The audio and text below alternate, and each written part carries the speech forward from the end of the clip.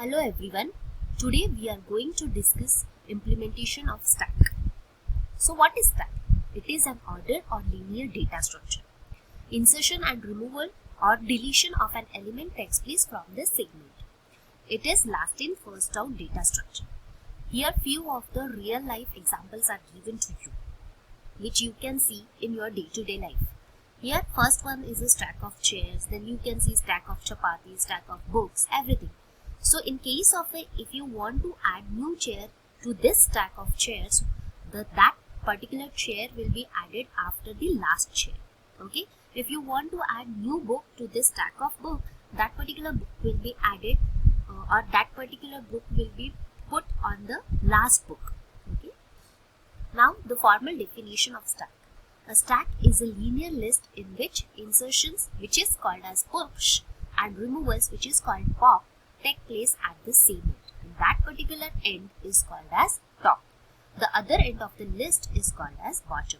So if you can see that whenever you are adding a new element, first the top value is incremented and that points to the next location in the stack, and there the new element is added.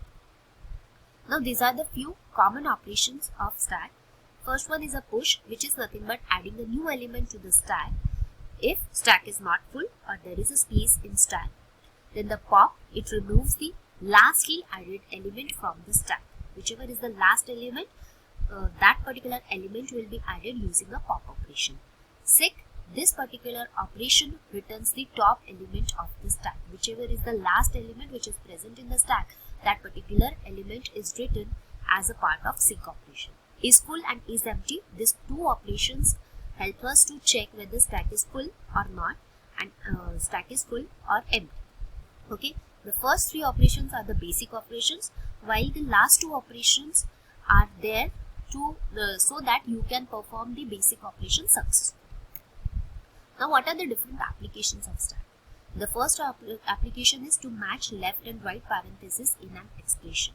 So whenever you write some arithmetic expression, that time we give some opening and closing bracket. So whether there is a respective closing bracket is present or not for the opening bracket, to check this we can use the stack. The next application is towers of Hanoi problem.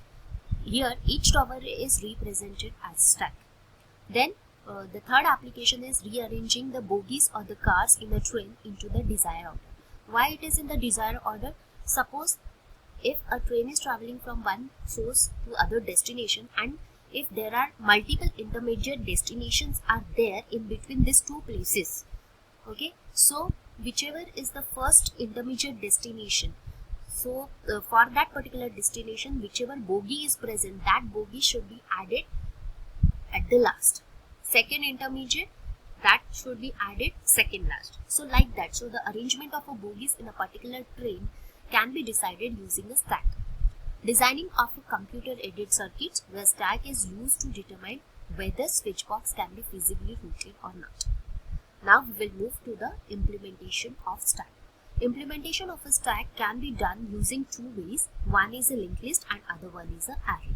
Here we are going to do our implementation, or we are going to discuss the implementation of stack using the array. Using array, we can perform it in two ways.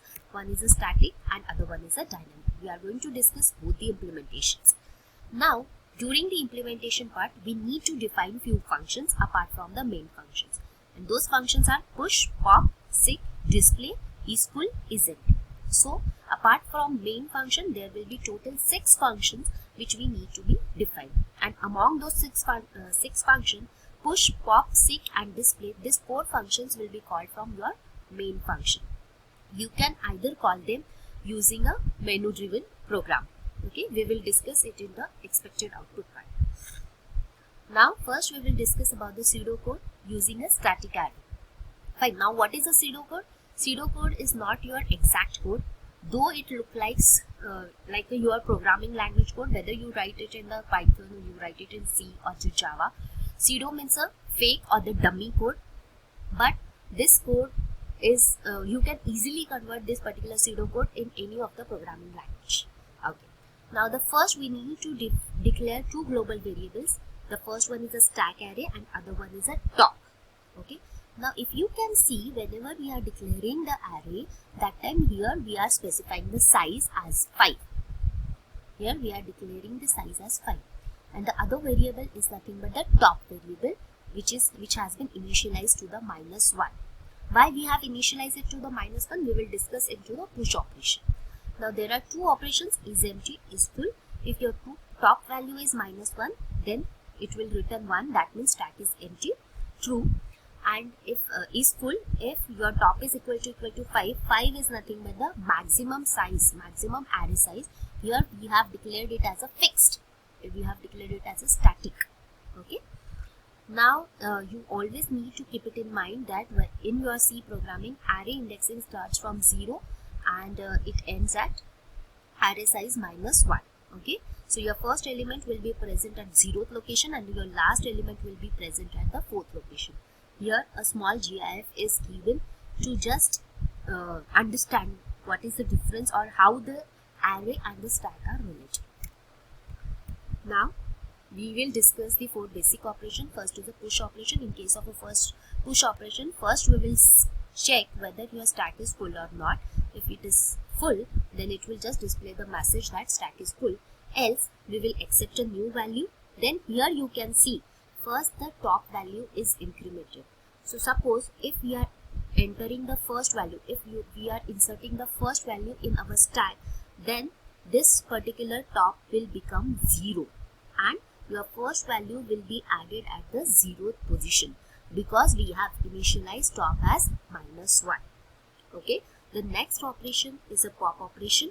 If your stack is empty, then it will display the message that stack is empty. If it is not, then the whatever value is present at the top location or at the top index, that value will be fetched. It will be put into the variable value and your top value will be decremented.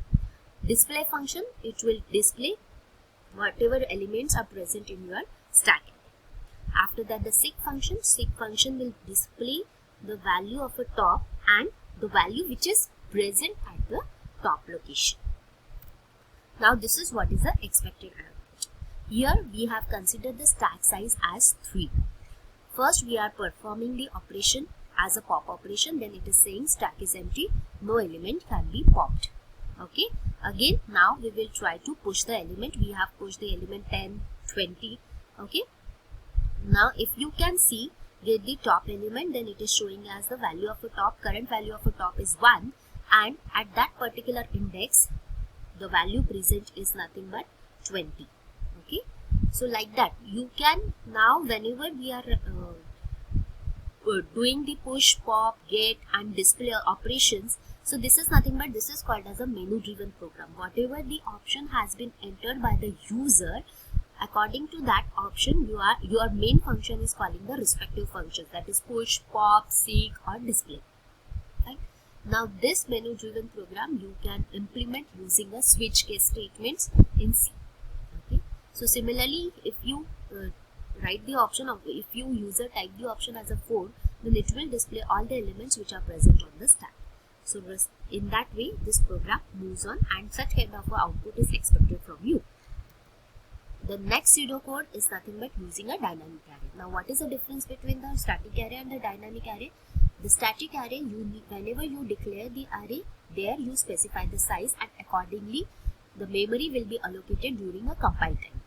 In case of a dynamic array, we accept the size of the array from the user and according to that particular size we allocate the memory will be allocated during the runtime, because obviously the size will be accepted from the user during whenever you run your program.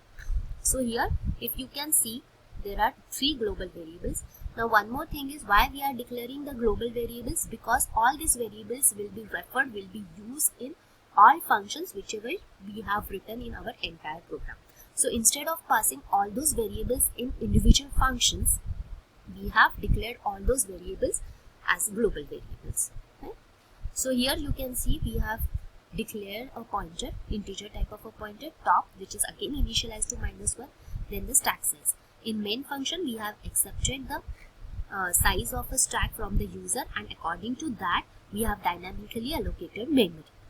Then isEmpty, isFull function, the same type of definitions which we have discussed in static array implementation. Only the difference is, if you can observe, in case of a isFull function, here we are checking the top value with the stack size. In that particular implementation, here we have just mentioned the size as 5 because we have declared the array with a fixed size. Here this particular size is going to be entered by user. Okay. Then push, pop, display and 6 functions. Again, the implementation or the definition of these functions will be same as we have discussed in static part.